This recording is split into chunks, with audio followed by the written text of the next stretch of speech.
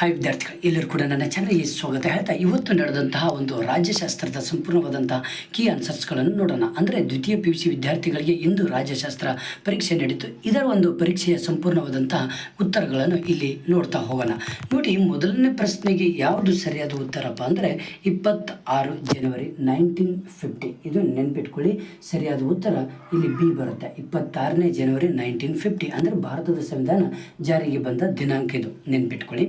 Next ಎರಡನೇ ಪ್ರಶ್ನೆಗೆ ಸರಿಯಾದ ಉತ್ತರ ಯಾವುದಿರ್ಬೋದು ಅಂದರೆ ಭಾರತದ ಪ್ರಸ್ತುತ ಮುಖ್ಯ ಚುನಾವಣಾ ಆಯುಕ್ತರು ಯಾರು ಅಂದರೆ ಇಲ್ಲಿ ಸರಿಯಾದ ಉತ್ತರ ಜ್ಞಾನೇಶ್ ಕುಮಾರ್ ಅಂತ ಬರುತ್ತೆ. ಅಂದರೆ ಆಪ್ಷನ್ ಡಿ ಸರಿಯಾದ ಉತ್ತರ ಬರುತ್ತೆ. ನೆಕ್ಸ್ಟ್ ಮೂರನೇ ಪ್ರಶ್ನೆ ನೋಡೋಣ. ಮೂರನೇ ಪ್ರಶ್ನೆಗೆ ಸರಿಯಾದ ಉತ್ತರ ಯಾವುದು ಬರ್ಬೋದು? ಕೇಂದ್ರ ಪಟ್ಟಿಗೆ ಉತ್ತಮ ಉದಾಹರಣೆ ಯಾವುದು ಅಂದರೆ ನೋಡಿ, ಇಲ್ಲಿ ಕೇಂದ್ರ ಪಟ್ಟಿಗೆ ಮೂರನೇ ಪ್ರಶ್ನೆಗೆ ಸರಿಯಾದ ಉತ್ತರ ಅಕ್ಷರ ಕ್ರಾಂತಿ ಪರಿಕಲ್ಪನೆಯನ್ನು ಪ್ರತಿಪಾದಿಸಿದವರು ಯಾರು ಅಂದರೆ ಇಲ್ಲಿ ಮೂರನೇ ಪ್ರಶ್ನೆಗೆ ಬಿ ಸರಿಯಾದ ಉತ್ತರ ಜ್ಯೋತಿಬಾ ಫುಲೆ ಅಂತ ನಾವು ಹೇಳ್ಬೋದು. ನೆಕ್ಸ್ಟ್ ಬಂದ್ಬಿಟ್ಟು ನಾಲ್ಕನೇ ಪ್ರಶ್ನೆಗೆ ಸರಿಯಾದ ಉತ್ತರ ನೋಡಿ, ಕೇಂದ್ರ ಪಟ್ಟಿಗೆ ಉತ್ತಮ ಉದಾಹರಣೆ ಯಾವುದು ಅಂದರೆ ನಾಲ್ಕನೇ ಪ್ರಶ್ನೆಗೆ ಡಿ ಸರಿಯಾದ ಉತ್ತರ ಯಾವುದು ಅಂದರೆ 4 ಮಾತ್ರ ಅಂತ ಹೇಳ್ಬೋದು. ಇಲ್ಲಿ ಕೇಂದ್ರ ಪಟ್ಟಿಗೆ ಉತ್ತಮ ಉದಾಹರಣೆ ಆಪ್ಷನ್ ಡಿ ಸರಿಯಾದ ಉತ್ತರ. ನಾಲ್ಕನೇ ಪ್ರಶ್ನೆಗೆ ಡಿ ಸರಿಯಾದ ಉತ್ತರ ಬರುತ್ತೆ. LAC ಅನ್ನು ವಿಸ್ತರಿಸಿ. 5ನೇ ಪ್ರಶ್ನೆಗೆ ಸರಿಯಾದ ಉತ್ತರ C line of actual control ಅಂತ ಬರುತ್ತೆ. ಓಕೆನಾ? LAC ಅನ್ನು ವಿಸ್ತರಿಸಿ ಅಂದರೆ line of actual control. Option C ಸರಿಯಾದ ಉತ್ತರ ಬರುತ್ತೆ 5ನೇ ಪ್ರಶ್ನೆಗೆ. ನೆಕ್ಸ್ಟ್ ಬಂದುಬಿಟ್ಟು ಈ ಕೆಳಗಿನ ಪ್ರಶ್ನೆಗಳಿಗೆ ಖಾಲಿ ಬಿಟ್ಟ ಸ್ಥಳಗಳನ್ನು ಭರ್ತಿ ಮಾಡಿ. ನೋಡಿ, 6ನೇ ಪ್ರಶ್ನೆಗೆ ಸರಿಯಾದ ಉತ್ತರ ಏನು? 1965 ಇಲ್ಲ ಇಲ್ಲಿ. ಆ್ಯಕ್ಚುಲಿ 1965 ರಂದು ಪಕ್ಷಾಂತರ ನಿಷೇಧ ಕಾಯ್ದೆ ಜಾರಿಗೆ ಬರುತ್ತೆ ಆ್ಯಕ್ಚುಲಿ. ಓಕೆ. ನೆಕ್ಸ್ಟ್ 7ನೇ ಪ್ರಶ್ನೆ ಇಲ್ಲಿ ರಾಮನಗರ ಅಂತ ಬರುತ್ತೆ. ಸರಿಯಾದ ಉತ್ತರ ಯಾವುದು? ರಾಮನಗರ. ಇದು 7ನೇ ಪ್ರಶ್ನೆಗೆ ಸರಿಯಾದ ಉತ್ತರ ರಾಮನಗರ.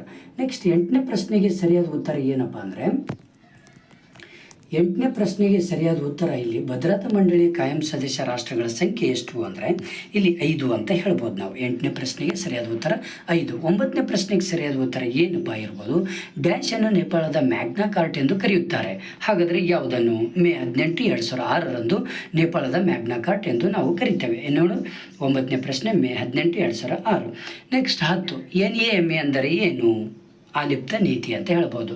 10ನೇದೇನು? ಆಲಿಪ್ತ ನೀತಿ. ನೆಕ್ಸ್ಟ್ ರೋಮನ್ 3 ಹೊಂದಿಸಿ ಬರೆಯಿರಿ ನೋಡೋಣ. KS ಎಷ್ಟನೇದಿರ್ಬೋದು? 3ನೇದು. KS 3ನೇದು ಕರ್ನಾಟಕ ಆಡಳಿತ ಸೇವೆ. ನೆಕ್ಸ್ಟ್ ಚಿಪ್ಕೋ ಚಳವಳಿ ಯಾವುದಿರ್ಬೋದು? ಚಿಪ್ಕೋ ಚಳವಳಿ ಯಾವುದಂದ್ರೆ ಚಾಂಡಿ ಪ್ರಸಾದ ಭಟ್ಟ ಅಂತ ಹೇಳ್ಬೋದು. ನೆಕ್ಸ್ಟ್ ಜನಾಂಗೀಯತೆ ನಾಡು ಸಿ ಯಾವುದಕ್ಕೆ ಬರುತ್ತೆ? 1ನೇದು ದಕ್ಷಿಣ ಆಫ್ರಿಕಾ ಬರುತ್ತೆ. 24ನೇ ಅಕ್ಟೋಬರ್ 1945 ಎಷ್ಟಿರ್ಬೋದು? ಡಿ ಇರ್ಬೋದು 2. ನೋಡಿ, ವಿಶ್ವಸಂಸ್ಥೆ.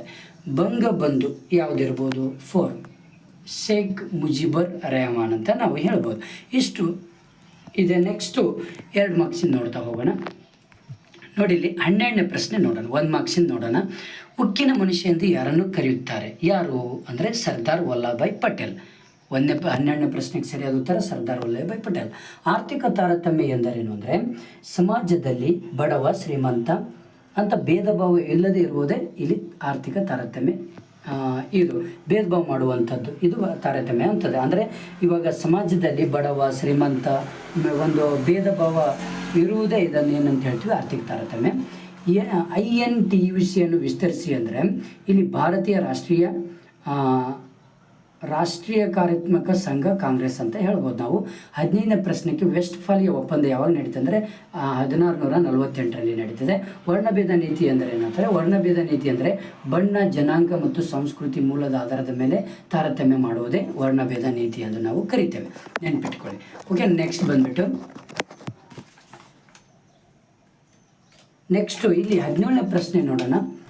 17ನೇ ಪ್ರಶ್ನೆಗೆ ಯಾವುದಿರ್ಬೋದು? ಸರಿಯಾದ ಉತ್ತರ ನೋಡ್ತಾ ಹೋಗೋಣ. 17ನೇ ಪ್ರಶ್ನೆಗೆ ಬಹುಪಕ್ಷ ಪದ್ಧತಿ ಎಂದರೇನು ಅಂದರೆ ನೋಡಿ, ಬಹುಪಕ್ಷ ಪದ್ಧತಿ ದೇಶದಲ್ಲಿ 2ಕ್ಕಿಂತ ಹೆಚ್ಚು ಪಕ್ಷಗಳು ಸೇರಿ ಅಧಿಕಾರದಲ್ಲಿದ್ದರೆ ಅದು ಬಹುಪಕ್ಷ ಪದ್ಧತಿ ಅಂತ ಹೇಳ್ತೀವಿ. ನೋಡಿ, ಇಲ್ಲಿ ಈ ಉದಾಹರಣೆ ಭಾರತದಲ್ಲಿ ಇವತ್ತು JDS, ಕಾಂಗ್ರೆಸ್ಸು, ಹಲವಾರು ನೂರಾರು ಪಕ್ಷಗಳಿದ್ದಾವೆ. ಇದನ್ನು ನಾವೇನಂತ ಹೇಳ್ತೀವಿ? ಬಹುಪಕ್ಷ ಪದ್ಧತಿ ಅಂತ ಹೇಳ್ತೀವಿ. ಕೇಂದ್ರ ಲೋಕಸೇವಾ ಆಯೋಗದ ಸದಸ್ಯರಿಗಿರುವ ಅರ್ಹತೆಗಳು ಯಾವುದಂದರೆ 10 ವರ್ಷ ಆಡಳಿತಾತ್ಮಕ ಸೇವಾ ಅನುಭವ ಹೊಂದಿರಬೇಕು ಹಾಗೂ ವಿವಿಧ ಕ್ಷೇತ್ರದಲ್ಲಿ ಸೇವಾ ಅನುಭವ ಹೊಂದಿರುತ್ತೆ ಇದ್ದರೆ ಇದನ್ನು ಏನಂತ ಹೇಳ್ತೀವಿ ನಾವು ಕೇಂದ್ರ ಲೋಕಸೇವಾ ಆಯೋಗದ ಸದಸ್ಯರು ಅರ್ಹತೆಗಳಿವು, ಈ ಅರ್ಹತೆಗಳು ಇರಬೇಕಾಗುತ್ತೆ. ನೆಕ್ಸ್ಟ್ 20ನೇ ಪ್ರಶ್ನೆ, ಡಾಕ್ಟರ್ ಬಿ ಆರ್ ಅಂಬೇಡ್ಕರ್ ಅವರ 3 ಜನಪ್ರಿಯ ವಾಣಿಗಳು ಯಾವುದಂದರೆ ಶಿಕ್ಷಣ, ಸಂಘಟನೆ, ಹೋರಾಟ ಅಂತ ಹೇಳ್ಬೋದು. ನೆಕ್ಸ್ಟ್ 23ನೇ ಪ್ರಶ್ನೆ ನೋಡೋಣ. 23ನೇ, ಬ್ರಿಕ್ಸ್ನ ಯಾವುದಾದ್ರೂ 2 ಸದಸ್ಯ ರಾಷ್ಟ್ರಗಳನ್ನು ಹೆಸರಿಸಿ ಅಂದರೆ ಇಲ್ಲಿ ನೋಡಿ ಭಾರತ, ರಷ್ಯಾ. ನೆಕ್ಸ್ಟ್ 24ನೇ ಪ್ರಶ್ನೆ, ಪಂಚಶೀಲ ಒಪ್ಪಂದದ 2 ತತ್ವಗಳನ್ನು ಬರೆಯಿರಿ ಅಂದರೆ ಪರಸ್ಪರ ದೇಶಗಳ ನಡುವಿನ ಪ್ರಾದೇಶಿಕ ಐಕ್ಯತೆ ಮತ್ತು ಸಾರ್ವಭೌಮತ್ವವನ್ನು ಗೌರವಿಸುವುದು, ಮತ್ತು ಇನ್ನೊಂದು ಪರಸ್ಪರ ದಾಳಿ ಮಾಡದಿರುವುದು. ಇವೆರಡು ಇಷ್ಟು ಕ್ವಶನ್ಸ್ಗಳು ಕರೆಕ್ಟಾಗಿ ನೀವು ಬರೆದಿದ್ರೆ ಆರಾಮಾಗಿ 30 ಮಾರ್ಕ್ಸ್ ಈಸಿಯಾಗಿ ಪಾಸ್ ಆಗಿಬಿಡ್ತೀರಾ. Okay, thank you friends. ನಿಮ್ಮ ಫ್ರೆಂಡ್ಸಿಗೆ ಶೇರ್ ಮಾಡಿ, ಹಾಗೆ ನನ್ನ ಚಾನಲನ್ನು ಸಬ್ಸ್ಕ್ರೈಬ್ ಮಾಡಿ. ಸಮಾಜಶಾಸ್ತ್ರ ಎಂಬ ಒಂದು ಪರೀಕ್ಷೆಗೆ ಆಲ್ರೆಡಿ ಇಂಪಾರ್ಟೆಂಟ್ ಕ್ವಶನ್ ಕೂಡ ಕೊಟ್ಟಿದ್ದೇನೆ. Okay, thank you friends, thank you.